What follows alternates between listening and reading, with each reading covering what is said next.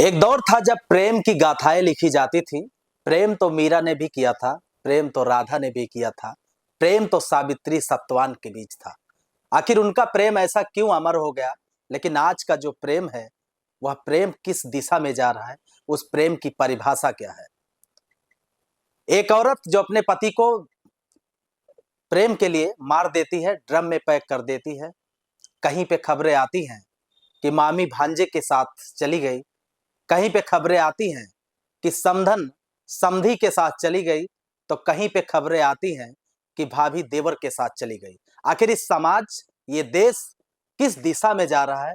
और आने वाला जो समय होगा, इतिहास के किस पन्ने पर इस प्रेम की गाथाएं लिखी जाएंगी? ये बहुत ही चिंतन की बात है। और इसी पर बातचीत करने के लिए दीपक शर्मा जी हमारे साथ में मौजूद है। सामाजिक कार्यकर्ता हैं और जिनको लोग डिग्री मैन के नाम से भी जानते हैं। उनसे बातचीत की शुरुआत करेंगे। सबसे पहले बहुत स्वागत है आपका। बहुत बहुत धन्यवाद। आपने ऐसे ज्वलंत विषय पर बातचीत करने के लिए मुझे चुना। ये आपका जो चैनल है वो वास्तव में साधुवाद का पात्र है। जिस कंटेंट से शुरुआत हमने की है, मुझे पता है कि आज के दौर में लोग ऐसे कंटेंट कम पसंद करते हैं। लोगों को मनोरंजन की और तड़क भड़क की चीज़ें चाहिए, वही चल रहा है। और व्यूज टीआरपी का खेल है। आपके व्यूज आ रहे हैं, लाइक आ रहे हैं, तो आपके ऐसे कंटेंट से लोग कहीं ना कहीं समाज दूर भाग रहा है। लेकिन बात हम करेंगे उसी ज्वलंत मुद्दे पे जो आज समाज में चल रहा है। आज का समाज किस दिशा में जा रहा है? आपने हालिया में तमाम ऐसे प्रकरण देखे होंगे, चाहे मेरठ की घटना हो, चाहे बदायूं की घटना हो।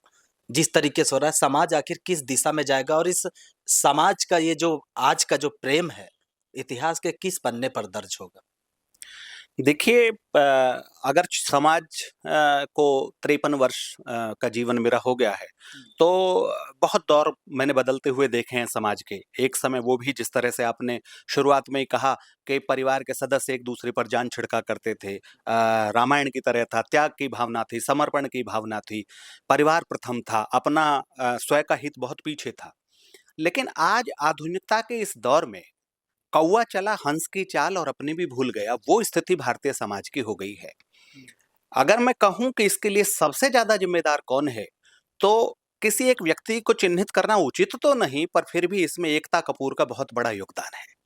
एकता कपूर ने और स्टार चैनल ने इस तरह के जो ये परिवार को टूटने वाले, हर वक्त षड्यंत्र करने वाले, जेठानी देवरानी की बुराई करती हुई, सास दामाद के साथ लगी हुई, इस तरह का जो चित्रण पर्दे पे करके, और लोगों को इस तरह का, उनके भीतर में यदि कोई उत्कंठा थी कि हाँ ऐसा किया भी जा सकता, और उसको महिमा मंडित करने का जो प्रयास किया, तो उसके चलते जो गृहिणियां थी जिनके पास में अब टीवी की और मोबाइल की सहज उपलब्धता हो गई थी, तो उस चित्रण को देख के उन्हें लगा कि यदि वो भी ये करते हैं तो वो सहज ही बात होगी, शायद समाज में ऐसा ही चल रहा है।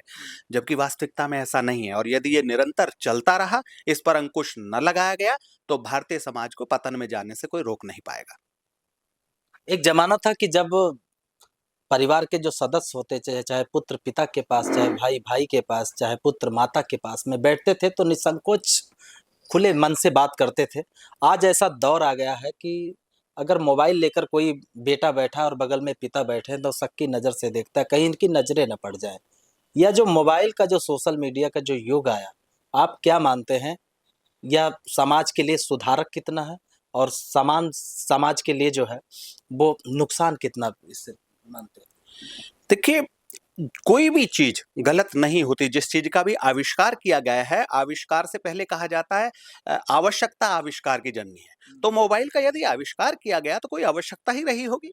लेकिन उस आवश्यकता के बजाय यदि हम किसी अन्य आवश्यकताओं को उससे पूरा करते रहें, जो कि कहीं ना कहीं भारतीय समाज की अवधारणाओं के विपरीत हो, तो निश्चित रूप से फिर वो जो हमारे पास उपकरण हाथ में आया है, वो गलत ही परिणाम देगा। अब अगर हम देखें, जो अभी आपने कहा था कि एक स्त्री ने अपने पति को ड्रम में मतलब जो है उसकी हत्या कर दी, या अभी कुछ ज्वलंत प्रकरण है कि बेटी की शादी करनी थी और जो तथाकथित दामाद बनता उसका, उसी के साथ में वो चली गई। तो है क्या कि ये घटनाएं ऐसा नहीं है कि पहले नहीं होती थी भारतीय समाज में, पर पहले चूंकि सोशल मीडिया नहीं था, तो वो एक तो स्पष्ट रूप से ऊपर नहीं आ पाती थी। दूसरी चीज ये थी कि समाज में जो हमारे बड़े बुजुर्ग हुआ करते थे, उन्हें सीसीटीवी कैमरा का नाम दिया गया था। वो घर के द्वारे पर बैठा रहा करते थे, किसकी बहू है, कहाँ जा रही है, किसकी लड़की है, किसके साथ जा रही है, उछल-कूद रही है। आज इसकी एक्टिविटी कुछ इस तरह की हैं जो कि कहीं न कहीं ऐसा लग रहा है कि भैया इस पे ध्यान रखने की ज़रूरत है। तो जब परिवार हुआ करता था, तो उसमें वो वाले सीसीटीवी नियंत्रण का काम किया करते थे। आज हमने 4 बीएचके पेंटा हाउस इस तरह के घर तो बना दिए और उसमें बुजुर्गों को एक कमरे में धकेल के रख दिया कि आप बस यहाँ बैठे रहिए, आपको खाना-पानी मिलता रहेगा और उनके लिए टीवी लगा दिया गया कि दिन भर आप जो है चाहे धार्मिक चैनल देखिए। कुल मिला के उन्होंने हमने अपने सीसीटीवी को अपनी एक्टिविटीज़ से दूर कर दिया है। और जब नियंत्रण नहीं रहेगा, जब जब किसी की दृष्टि नहीं रहेगी, तो ये बहुत चांस हैं कि जब बड़े लोग सही शिक्षा उनको नहीं दे पाएँगे, तो वो पथभ्रष्ट हो जाएँगे। पथभ्रष्ट से बचने की जो शिक्षा दी जा सकती थी, वो या तो गुरु के द्वारा दी जाती थी या माता-पिता के द्वारा। अब आज माता-पिता दोनों कमा रहे हैं, तो वो उनके पास बच्चों को पैसा खर्च करने का तो समय है, लेकिन उनके साथ बिताने का समय नहीं है। और बच्चे भी वास्तव में नहीं चाह रहे हैं कि माता-पिता बस हमें एटीएम की तरह पैसे तो देते रहें, लेकिन हम पे समय ना बिताएँ। हम किस साइट को देख रहे हैं, माता-पिता का फ़ोन आप अक्सर देखोगे अनलॉक रहता है, उसमें लॉक नहीं रहता। बच्चे का फ़ोन जो है 12-14 साल के बच्चे का भी फ़ोन लॉक्ड होता है और लॉक्ड भी किसी नंबर के द्वारा नहीं, उसके फिंगर के द्वारा ताकि वही उसे चला सके। इसका साफ मतलब है कुछ तो छुपा रहा है वो ताकि उसको और सब लोग ना देख सकें। इस पे नियंत्रण की आवश्यकता है। भारतीय संस्कृति का मूल है परिवार और विदेशों ने परिवार नामक संस्था पर ही प्रहार किया कि इनके यहाँ ये जो संयुक्त परिवार है जिसके कारण भारत राष्ट्रगुरु था, है और आगे भी रहेगा, इस परिवार नाम की संस्था पर यदि प्रहार करके इसे तोड़ दिया जाए, भाई-भाई का प्रेम खत्म कर दिया जाए, माता-पिता को भी वृद्धाश्रम की तरफ धकेल दिया जाए, बहनों को भी कभी-कभार आने के लिए कह दिया जाए, तो निश्चित रूप से फिर विदेशी उनकी जड़ से उनको उखाड़ पाएँगे और भारत को विश्व गुरु बनने से रोक पाएँगे। तो मैं ऐसा मानता हूँ कि ये जो विष है परिवार को तोड़ने का, ये एक दिन की घटना नहीं है। वर्षों से चल रहा है और निरंतर चल रहा है, लेकिन मैं ये भी समझता हूँ कि जिस तरह से कोई फैशन आता है, वो अच्छा हो या बुरा हो, लौट भी जाता है। उसी तरह से भारत की समाज में, सभ्यता में ये जो कुरीतियाँ आ गई हैं, इसके प्रति जैसे आपने भी जागरूक होकर माना मेरा ही इंटरव्यू कर रहे हैं, इस तरह बहुत लोग इस विषय पर बात कर रहे हैं, तो हम पुनः अपने उस गौरव गाथा की तरफ लौटेंगे, जहाँ परिवार सर्वोपरि हुआ करता था। जिस दिशा में सवाल ये है कि अब समाज चला गया है, इसको वापस फिर वैसे मोड़ने के लिए क्या ऐसे व्यवस्थित करने की ज़रूरत है, जो ये समाज फिर से उस पटरी पर लौट आए, सभ्यता हो, जहाँ संस्कृति हो, जहाँ संस्कार हो? देखिए पहले चौपालें हुआ करती थी, लोग मिला करते थे, बातें किया करते थे। एक हर्ट इंस्टीट्यूट के सामने मैंने देखा, लिखा हुआ था कि यदि खोल देते इसे अपनों के सामने, तो हमें ना खोलना पड़ता औजारों से। आजकल लोग दिल की बातों को दिल में छुपाए पड़े हैं। तो हमें ऐसे अवसर प्रदान करने पड़ेंगे कि हमारी जो औलाद है, हमारी जो संतानें हैं, वो हमसे बात करें या वो नहीं कर पा रहे हैं तो हम उनसे बात करें। किसी न किसी को तो पहल करनी पड़ेगी। शिक्षा पद्धति में भी हमें बदलाव लाना पड़ेगा कि हम शिक्षा में संस्कारों को प्राथमिकता दें।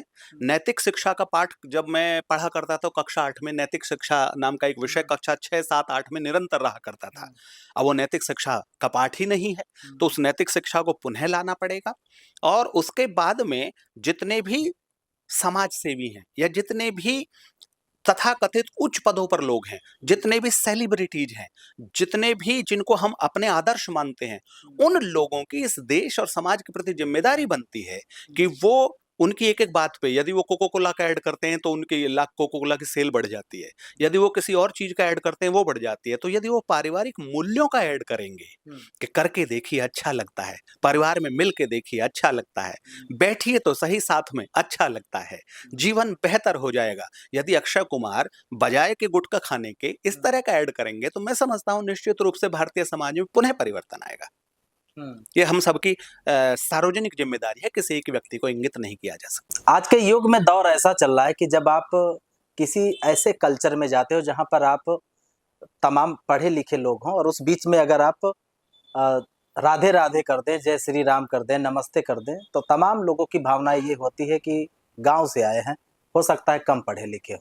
लेकिन अगर यही चीज़ आप अपने आप को इंट्रोड्यूस करने के लिए फर्राटेदार इंग्लिश में करते हैं, तो लोग कहते हैं कि पढ़ा लिखा व्यक्ति है। यह जो पूरा चल रहा है मामला, इस पर क्या सोचते हैं? समाज की जो सोच है एक आज के युग की, इस पर क्या कहेंगे? देखिए, अगर वास्तविकता में देखा जाए तो भारतीय जब अंग्रेजी भी बोलता है तो उसके दिमाग में हिंदी ही चल रही होती है और उसका वो अनुवाद करके अंग्रेजी बोल रहा होता है। अंग्रेजी हमारी मूल भाषा तो है नहीं। अंग्रेजों ने हम पे थोपी और एक समय उन्होंने शिक्षा पद्धति और समाज को कुछ इस तरह का बना दिया कि रोजगार उसी व्यक्ति को मिलेगा जिसकी अंग्रेजी अच्छी होगी और हर परीक्षा में अंग्रेजी का एक पेपर रख दिया। तो लोगों के लिए और रोजगार पाने के बाद में उनकी प्रतिष्ठा में वृद्धि हो जाया करती थी। तहसीलदार साहब, एसडीएम साहब, डीएम साहब, साहब लग जाया करता था।